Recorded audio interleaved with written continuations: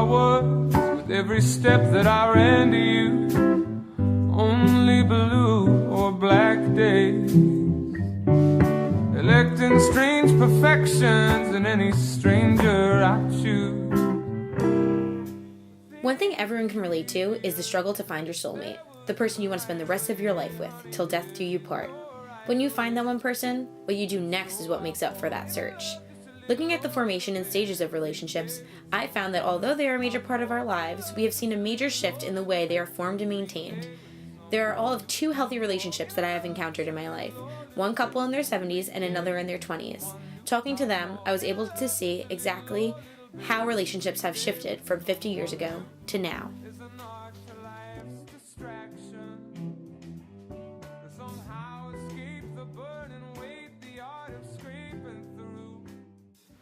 First, introduce yourselves. Okay, I'm Phil Rivera. And I'm, Go ahead. and I'm Holly Rivera. All right. Also known as Oompa and Mama. Yes. Right. I'm Steve Capitello. And I'm Holly Ballonis, and we're from Long Island, New York. We're from Long Island, New York. I'm 20 years old, he's 22. Okay, and how did you 2 meet? I'll tell you this one. We met in high school, probably 58 years ago. Yeah, Something like that, when we were like 15 and 16. And it just went on for there. It was 5 years ago, about. So like I was 15 or 16 because I was in 10th grade and he was about 18. Because he was in his senior year of high school. I just went up to him and started talking to him, and that was that. So, right? Oh yeah. How long after you 2 met did you marry? We were, I was 19, Holly was 18. We decided that right after high school we were going to get married, so that's exactly what we did.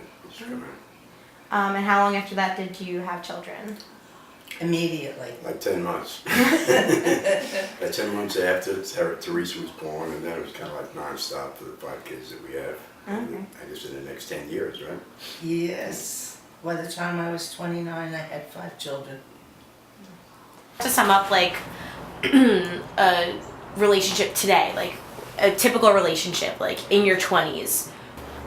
Personally, I think we both think that, and not to like degrade anyone's relationship, but I think that for our young age, like we were in a very serious relationship. It's not very normal or very like frequent to see people like us that have been together for 3.5 years. I mean, it's a pretty long time and it's pretty serious.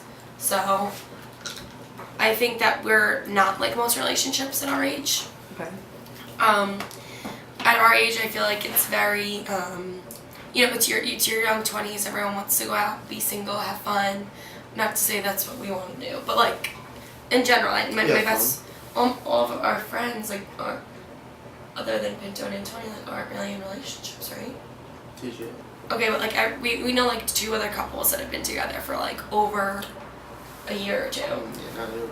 Yes, everybody, you had a couple of things to do when you got out of high school. You had choices. You either went in the army, you went to college, or you got married. I mean, basically that's it. And those were the standards, and everybody just followed those paths. So we chose to get married, and then once we got married, and I just wanted children. she wanted to have Right children, away. and A lot. the economy was crummy, so I had to go in the army in order to get work. And What are the certain circumstances you need to have before you take that step? Like, what do you need to? Before you get married. Yeah. I think by that time I'll be on the fire I department, think and so too. we, He's excited. it will probably happen. We'll be engaged. Yeah. 27. Alright. 5 years. Yeah, right. 5 years. So do you think like marriage comes second to something? Like, do you think you need to get like there are certain Money. things? I think we need to be secure in ourselves. So jobs. Whether- Yeah, like Yeah. money and having a steady income is definitely a priority, like before you get married. 'Cause And I would say they don't usually start having kids till around 27, 28, because if you want to live on Long Island, you're not buying a house at 22, 20, 21. yeah, that's true. It's crazy. also yeah, it's the almost economy. impossible. You can't just have one person having a job. So it depends on both of you, not just one of you, to like bring the money. Yeah, like we 100%. we think so. I'm still in college when I get my first full-time job, and he gets on FDNY, like the fire department of New York.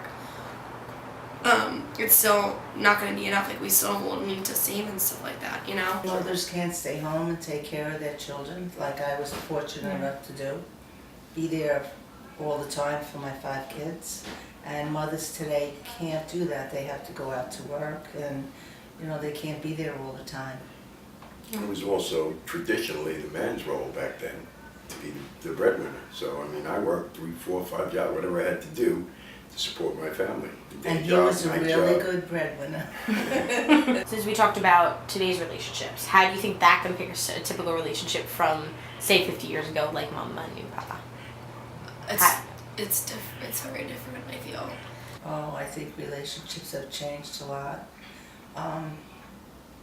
People have to go out to work, and what?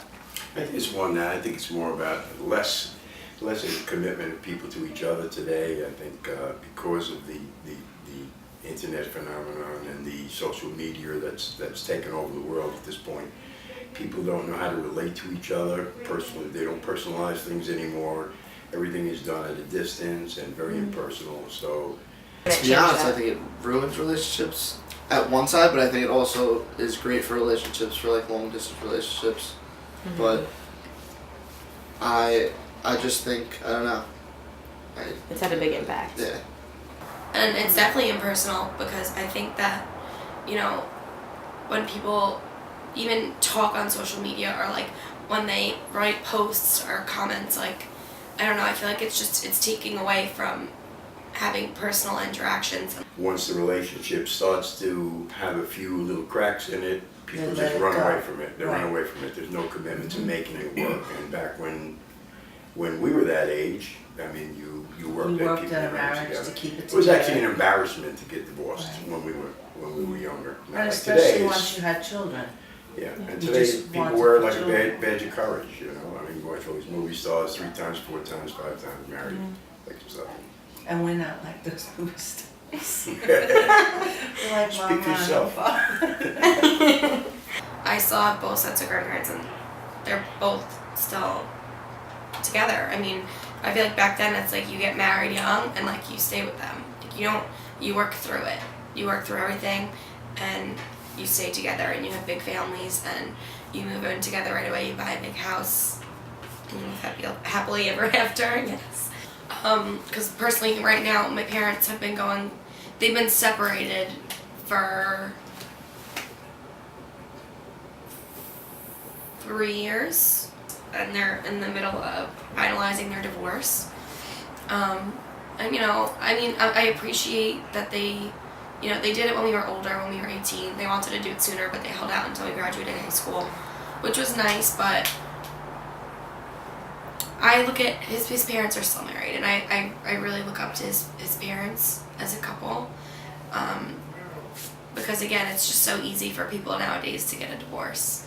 And people just accept it now, and I don't think that people should accept it the way that they do. I think it's going to continue that way, unfortunately, because the internet plays a bigger and bigger part of everybody's life today. So I think, as I said, people are going to socialize less and socialize more through the internet than they do person to person. So those interpersonal skills get lost. People don't really commit to each other. They don't really learn about each other until after they're in the relationship. And then it becomes too late, and then they walk away from it. Changing the way that, you know, we think and talk and how we socially interact. So not that it's changed for the better or worse, it's just changed. Yeah, and I think we're trying to adjust to it, like, as a culture. So there's a lot of stress on the marriage, but again, there's always that commitment to make things work. Get through the tough times and, you know, reap the rewards in the end, which we're doing now. We're very comfortable now. We have a big, beautiful family, and we enjoy each other's company. Very much. I think that in a relationship, I think honesty is the most important thing. You need to be honest with your partner, Graham. committed to each other, what, 55 years ago? 55 years, yeah. And we're still the same way. And just you know. working through all the problems, Yep. but that's more than one word. Well, we got each other's back, that's the main thing. Yeah. And I think that was a pivotal moment in our relationship when we realized that like we trusted each other. Pretty good.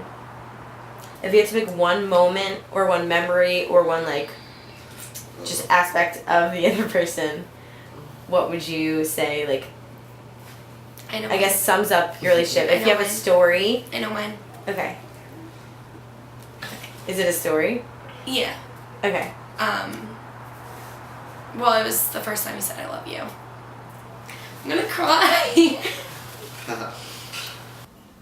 And for me, it's just, I mean, it's a whole collection of memories, and mostly having to do with her being the mother and the strong one in the family, taking care of our children, always being there for the kids, having the kids around her all the time. And even to this day, the fact that all our children, grandchildren just love to be around her. It's not Umpa's house, it's Mama's house, so everybody comes here. And I know, I don't know why.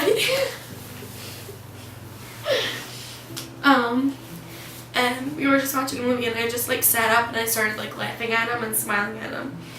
And he looked up at me and he said, I love you. For the first time.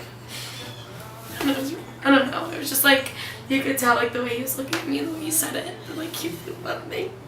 And I would just say, like, when each one of my 5 kids were born, that's like a really big memory, because my kids really make me happy. And, you know, they've been my life, and now he's my life. I remember thinking to myself, you have to ask for this girl's number, because, like, I don't know, she's I was a cute. go-getter. She's cute. So I asked for her number, and I just think, honestly, probably the greatest thing I've ever done, like, in my entire life. Because she's changed me completely for the better, obviously, and she just opened my world up, and I think I opened hers up. And To your own own, huh? yeah, Just kidding. but Just kidding. I just think that's why it's pure. That's why it's like genuine love, because we didn't see it coming. We had no idea how much we had in common, how much we Yeah. just get each other.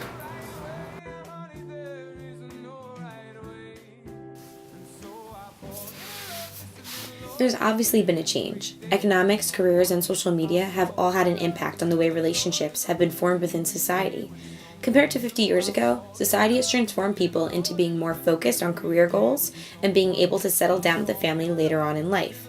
Social media has had the opposite effect. Although it allows for long-distance relationships, the internet has created a type of impersonal communication that has inadvertently caused a generation to be detached from reality, causing shorter attention spans and shorter marriages. Although both good and bad, these changes have occurred due to the change in circumstances society has provided, and from these 2 examples, you can see that with a little bit of hard work, commitment, and love, a relationship can get through it all. I fall in love just a little bit every day with someone new. I fall in love just a little bit every day with someone new. I fall in love just a little bit every day with someone new. I fall in love just a little bit every day with someone new. I fall in love just a